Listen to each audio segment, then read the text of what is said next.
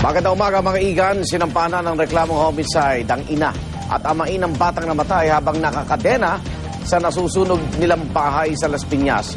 Natukoy na rin ang mga bumbero ang sanhi po ng sunog. At mula sa Las Piñas may live report si Mav Gonzalez. Mav. Igan, base nga sa investigasyon ng Las Piñas City Fire Marshal, iligal na koneksyon ng kuryente sa kusina ang pinagmulan ng sunog dito sa Las Piñas kung saan namatay ang isang bata kahapon.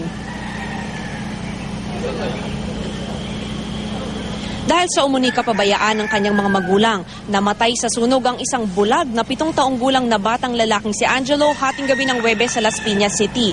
Natrap si Angelo Malba sa loob ng bahay nila at napag-alamang ikinakadena pala ng mga magulang dahil umano may kakulitan ng bata. Todo tanggi naman ang amaing si Bernardo na ikinakadena niya si Angelo at pinabayaan niyang masunog ito sa loob ng bahay. Inamin naman ng kanyang inang si Analu na itinali nga niya ang anak sa paa pero lubid daw ang ginamit niya. Hindi naman kumbinsido ang pulisya, lalo't na-recover sa nasunog nilang bahay ang isang bakal na kadenang pinaniniwala ang pinanggapos kay Angelo. At nang makausap ng pulisya ang isa pang anak ni Analu, ikwinento niyang bukod sa nakakulong ang kanyang kuya Angelo, nakatali rin ito at nakapadlak pa. Na-inquest na si Analu at ang kanyang live-in partner sa Las Piñas Office of the Assistant Prosecutor para sa reklamong homicide in relation to violation of the Anti-Child Abuse Law. Ang dalawa pang kapatid ni Angelo nasa pangangalaga ngayon ng DSWD Las Piñas.